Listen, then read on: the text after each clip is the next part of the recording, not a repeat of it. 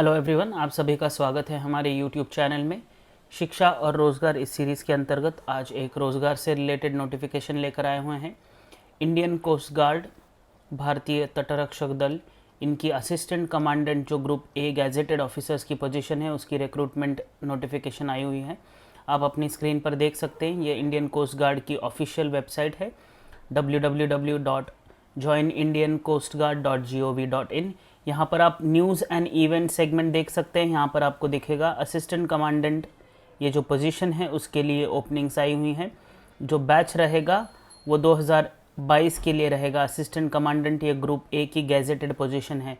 तो यहाँ पर आप देखोगे क्लियरली नोटिफिकेशन न्यू इवेंट्स में आ रहा है, इसके ऊपर आपको क्लिक करना है। उसके बाद में आपके सामने कुछ इस तरीके का एक नोटिफिकेशन ओपन हो देख सकते हैं। आपके सामने जॉइन इंडियन कोस्ट गार्ड ये नोटिफिकेशन खुला हुआ है as an assistant commandant. 2 branches में खुली हुई हैं वैकेंसीज, जनरल ड्यूटी और टेक्निकल स्टाफ। जो सब ब्रांचेस है टेक्निकल के अंदर, इंजीनियरिंग और इलेक्ट्रिकल, इनके लिए वैकेंसीज है। एप्लीकेशन सिर्फ और सिर्फ ऑनलाइन लिया जाएगा 4 जुलाई 2021 से 14 जुलाई 2021 तक। और जो एडमिट कार्ड्स होंगे वो आप प्रिंट कर सकते हैं 20 जुलाई 2021 के आगे। यहाँ पर आप देख सकते हैं इंडियन कोस्ट गार्ड ये एक आर्म फोर्सेस है और यहाँ पर चैलेंजिंग करियर है जो यंग और डायनेमिक इंडियन मेल कैंडिडेट्स के लिए होगा। सिर्फ और सिर्फ मेल कैंडिडेट्स के लिए ये खुली हुई है वैकेंसीज। असिस्टेंट कमांडेंट ये position group A gazetted officer की पोजीशन है। आप रजिस्ट्रेशन और एप्लीकेशन यहाँ पर कोस्ट गार्ड रिक्रूटमेंट वेबसाइट जो है www.joinindiancoastguard.gov.in यहाँ से कर सकते हैं।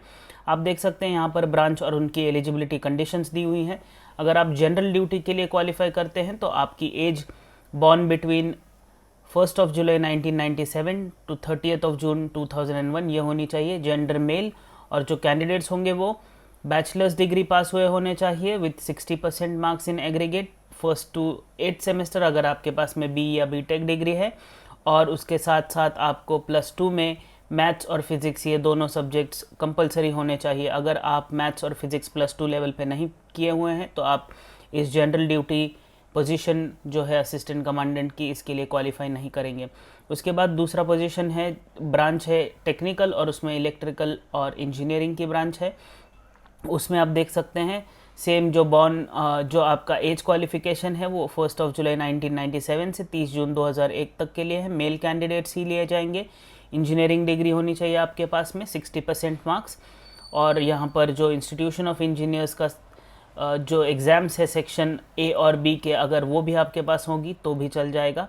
ब्रांच इंजीनियरिंग में नेवल आर्किटेक्चर और मैकेनिकल और मरीन ऑटोमोटिव इन सब के लिए है। और इलेक्ट्रिकल जो ब्रांच है उसमें आपका इलेक्ट्रिकल, इलेक्ट्रॉनिक्स, टेलीकम्युनिकेशन, इंस्ट्रूमेंटेशन, ये सारी ब्रांचेस के लिए आप एलिजिबल हैं। यहाँ पर आप देख सकते हैं कि जो AICTE के नॉर्म्स है उसके अकॉर्डिंग आपकी जो इंजीनियरिंग की डिग्री है वो रिकॉग्नाइज्ड होनी चाहिए AICTE के द्वारा, then only you can apply. और आपके जो एग्रीगेट मार्क्स है क्लास 12th में भी वो मैथ्स और फिज़िक्स में 60% के आसपास होने चाहिए।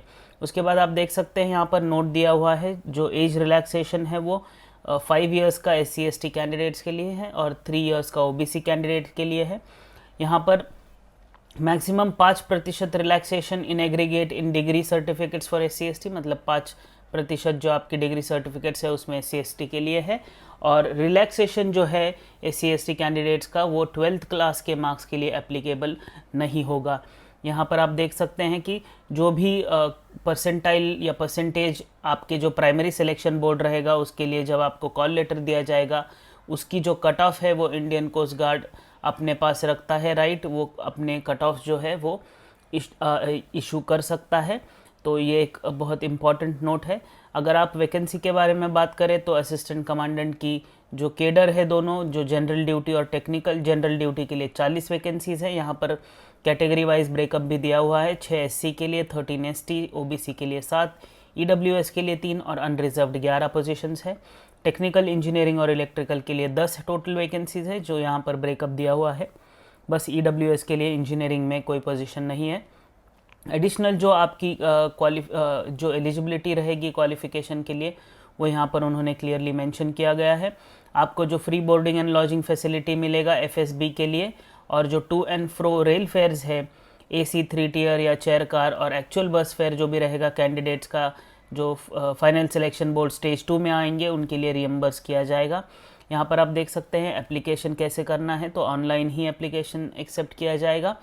यहाँ पर आप देख सकते हैं 4 जुलाई 2021 से 14 जुलाई 2021 तक ही आपके एप्लीकेशंस लिए जाएंगे।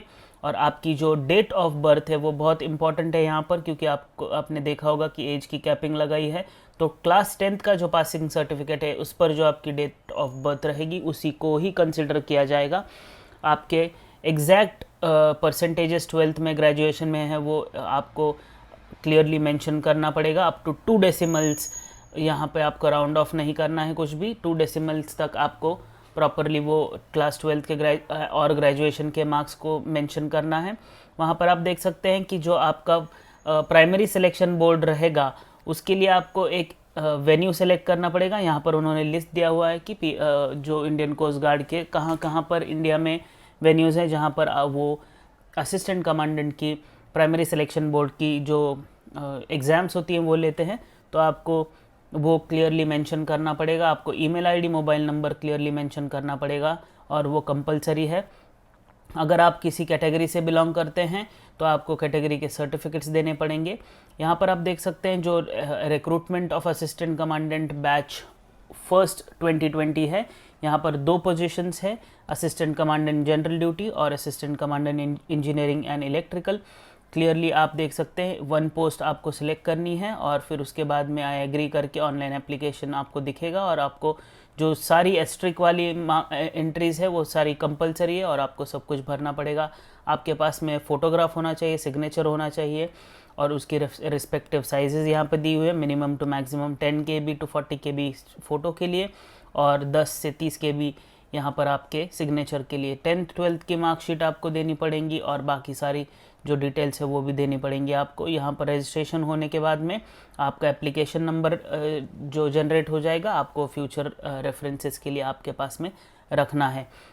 आप यहाँ पर देख सकते हैं कि क्लियरली डेट क्लोजिंग का मेंशन किया हुआ है उन्होंने और आप उस डेट से पहले ही अपना एप्लीकेशन दे सकते हैं। दूसरी इम्पॉर्टेंट बात यह है कि जो हमने पहले देखा था कि जो PSB या प्रिलिमिनरी सिलेक्शन बोर्ड रहेगा उसकी जो एग्ज़ाम्स होंगी वो टेंटेटिवली, अभी कोविड है इसीलिए उन्होंने टेंटेटिवली डेट दिया है कि अर्ली अगस्त से स्टार्ट हो जाएगा।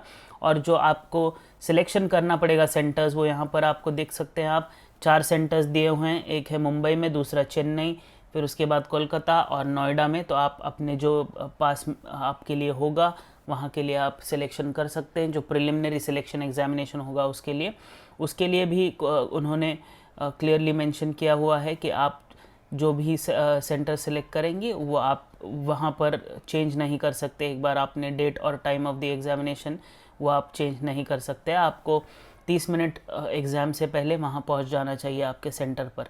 यहाँ पर आप देख सकते हैं जो सिलेक्शन प्रोसीजर है वो क्लियरली मेंशन किया है। पहले शॉर्ट लिस्टिंग होगा जो भी आप एप्लीकेशंस देंगे। उन्होंने क्लियरली मेंशन ये भी किया है कि क्वालिफाइंग कट ऑफ वो लोग डिसाइड करेंगे, इंडियन कोस्ट गार्ड जो होगा वो चेंज नहीं हो सकता है। जो प्रिलिमिनरी जो सिलेक्शन होगा आपका उसमें आपका cognitive aptitude test, mental ability test, picture perception and discussion test, ये सारे टेस्ट्स होंगे। फिर उसके बाद में उसके ऊपर जो कट ऑफ लगेगा उसके बाद आपके सेकंड सिलेक्शन होगा या स्टेज 2 में जाओगे आप, जिसको फाइनल सिलेक्शन कहते हैं। वहाँ पर जो भी कैंडिडेट्स प्रिलिमिनरी सिलेक्शन क्वालिफाई कर जाएंगे उनको एक फाइनल सिलेक्शन बोर्ड के सामने टेस्ट के लिए जाना पड़ेगा और उसके बाद में जो फाइनल सिलेक्शन होगा वो अगस्त एंड या फिर अर्ली सितंबर या अर्ली नवंबर टेंटेटिवली बता रहे हैं हो जाएगा ये सब चीज़ें। और उसके बाद में जो भी होगा आपकी डॉक्यूमेंट की स्क्रूटनी की जाएगी और उसके बाद पूरी जो डिटेल्स होंगी वो आपके साथ कम्युनिकेट की जाएगी। यहाँ पर कुछ मेडिकल स्टैंडर्ड्स भी दिए हुए हैं उन्होंने, हाइट, वेट, चेस्ट और आईसाइट आप देख सकते हैं क्लियरली। टैटू परमानेंट अलाउड नहीं है आपके बॉडी पर और जो वैलिडिटी रहेगी आपकी सिलेक्शन की वो उस बैच के लिए ही मर्यादित रहेगी। तो ये कुछ इंपॉर्टेंट चीज़ें हैं। जो फाइनल सिलेक्शन की लिस्ट लगेगी वो दिसंबर 2021 तक आपको बता दी जाएगी और उसके बाद में आपकी जो ट्रेनिंग होगी वो INA एजमाला में होगी जो एंड दिसंबर से स्टार्ट हो जाएगी। ट्रैवलिंग अलाउंसेस आपको मिलेंगे और यहाँ पर कुछ जनरल गाइडलाइंस दी हुई है स्टूडेंट्स को, एग्ज़ाम के दौरान जो भी रहेगी वो इलेक्ट्रॉनिक डिवाइसेस अलाउड नहीं है, ये सारी चीज़ें तो आप देख सकते हैं पर्सनली। यहाँ पर आप देखोगे तो इंडियन कोस्ट गार्ड के जो प्रमोशन और पे स्केल की बात की गई है, assistant commandant, deputy commandant, commandant, inspector general, ये सारी उनकी रैंक्स है और ये पे स्केल दिया हुआ है 7th सेंट्रल पे कमीशन के अकॉर्डिंगली। और यहाँ पर कुछ अदर बेनिफिट्स भी है जो आप इंडिविजुअली पढ़ सकते हैं। बहुत ही अच्छी अपॉर्चुनिटी है यंग एंथुजियास्टिक मेल कैंडिडेट्स के लिए। Indian Coast Guard group 1 gazetted service है, तो जल्द से जल्द अपना एप्लीकेशन दे दीजिए और हमारी तरफ से आपको बहुत सारी शुभकामनाएं हैं। धन्यवाद।